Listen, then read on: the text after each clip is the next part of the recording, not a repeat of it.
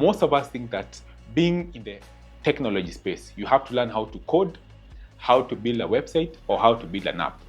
In the last few episodes that we've had here, we've invited guests who have proven that if you want to make an impact in the technology space, you have to have a solution that will solve a local problem and people can be able to buy that solution.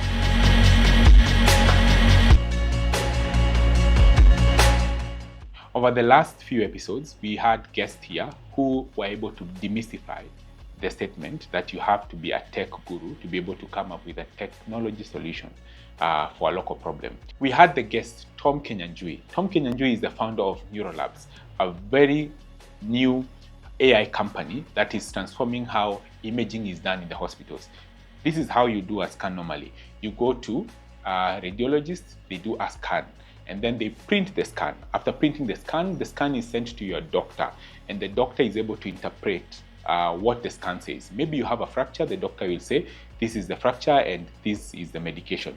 Now, what Tom did, we came up with an AI platform where once the radiologist takes the image, it's updated on this platform, and automatically they can be able to give results based on previous images and how the AI model has been taught.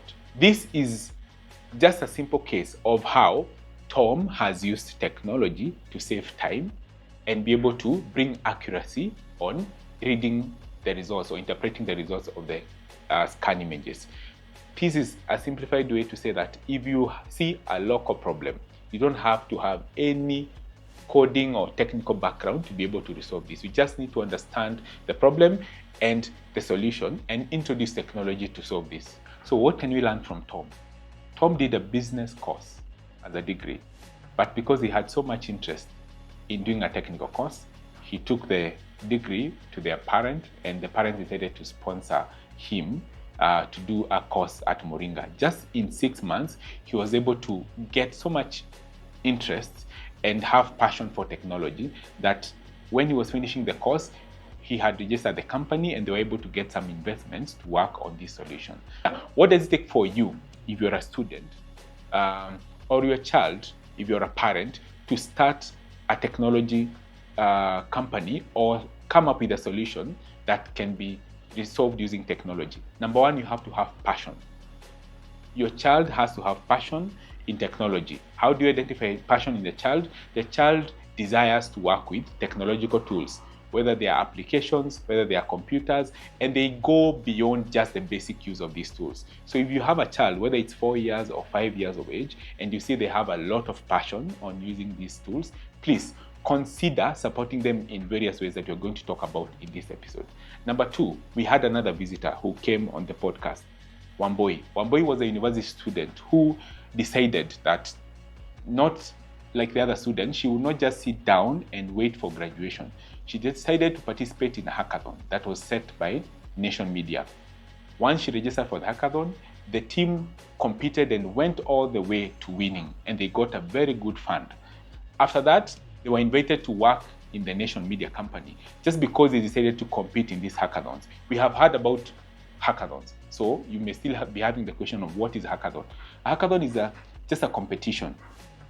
You are called up to solve a problem that has been identified by an organization, and they want you to come and give a technological solution on how this problem can be resolved. So by her participating on this hackathon, she was exposed to other developers and other people in the industry, and even though she did not have so much technical experience, she was able to get herself a good grant, some good money, and also get herself to get a job. To talk about myself, I run an education technology company, Elimutab, and my course was business commerce. I did marketing as an option, and how I got into the industry was just having the passion and the desire to solve the issues that we have in the education sector.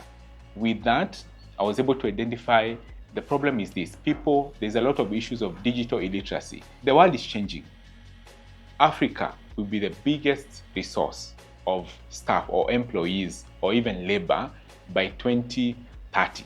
That means that if you have a child, maybe 4 years of age moving up, or even if you are youth right now, most of the tech companies in the world will be coming to Africa to look for resources. The median age of this Europe and other West countries is about 45. So technology solutions will mostly be consumed by Africans. That's why most Kenyans are on TikTok, and they are the biggest consumers of the social media platforms. Nowadays in Kenya, we have more phones than people. It means that technology is here to stay and will be the transformative thing that will be able to change the economy or the world. In Kenya, there are more phones than people, more devices than people. If you go to any work environment, you are given a laptop to start working with that. It means that if that is the case right now, moving on in the future, AI, digital tools will be the resources that we run this economy. Are we preparing that young learner in the classroom for the future? So this is the problem that we realized that was there, and now as a Limutab, we came up with a solution, a digital tool, a tablet with e-learning content that trains the child on various matters, including technology, coding, and all concepts of technology.